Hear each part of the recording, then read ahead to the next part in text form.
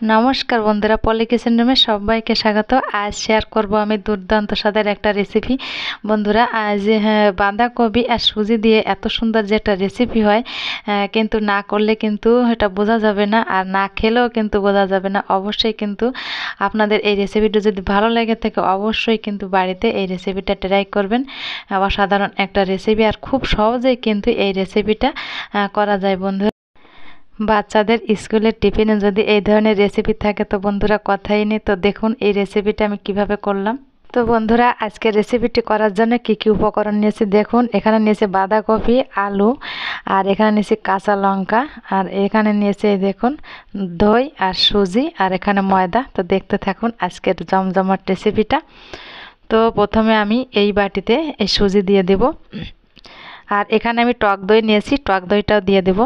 তো সুজি আর টক দইটা একসঙ্গে দিয়ে দিলাম, আর এখানে নিয়েছি আমি হাফ বাটি ময়দা, আর দিয়ে দিলাম লবণ।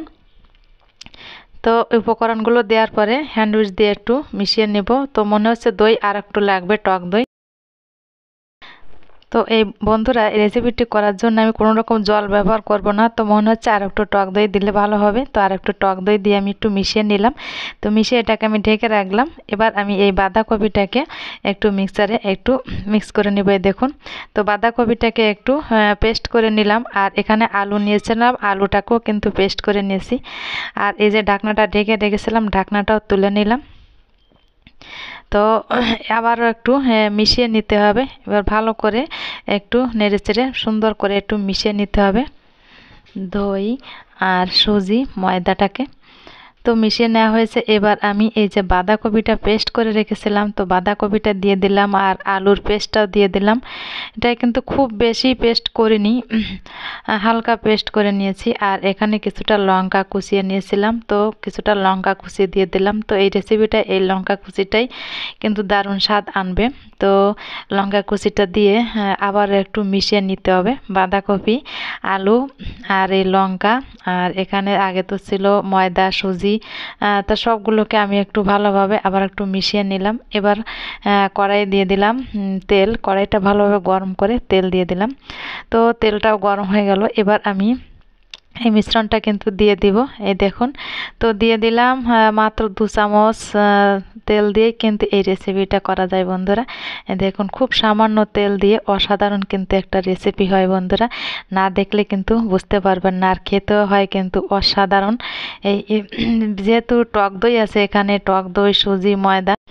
তো বন্ধুরা, সুজি দিয়েই অবাক করা রেসিপিটি আগে কে কে খেয়েছেন তো অবশ্যই কিন্তু কমেন্টে আমাকে জানাতে ভুলবেন না, আগে কে কে এই জলখাবারের এই এত সুন্দর একটা রেসিপি বানিয়ে বাড়িতে খেয়েছেন।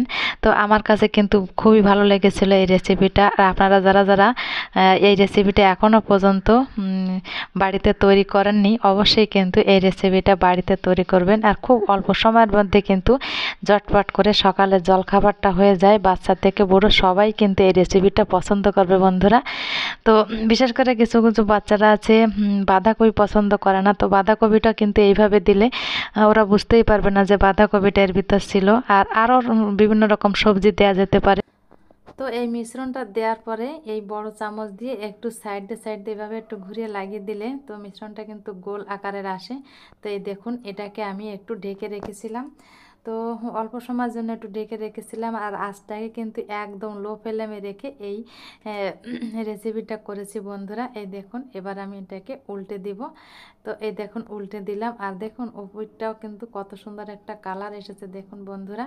তো এই ধরনের রেসিপি কিন্তু স্কুলে বা অফিসেও দেওয়া যেতে পারে। বাচ্চা থেকে বুড়ো সবারই কিন্তু এই ধরনের রেসিপি পছন্দ। তবে বাচ্চাদের ক্ষেত্রে এই লঙ্কাটা আপনারা ব্যবহার নাও করতে পারেন। তো বন্ধুরা, কেমন লাগলো? ভালো থাকবেন, সুস্থ থাকবেন। দেখা হবে অন্য কোনো নতুন ভিডিও।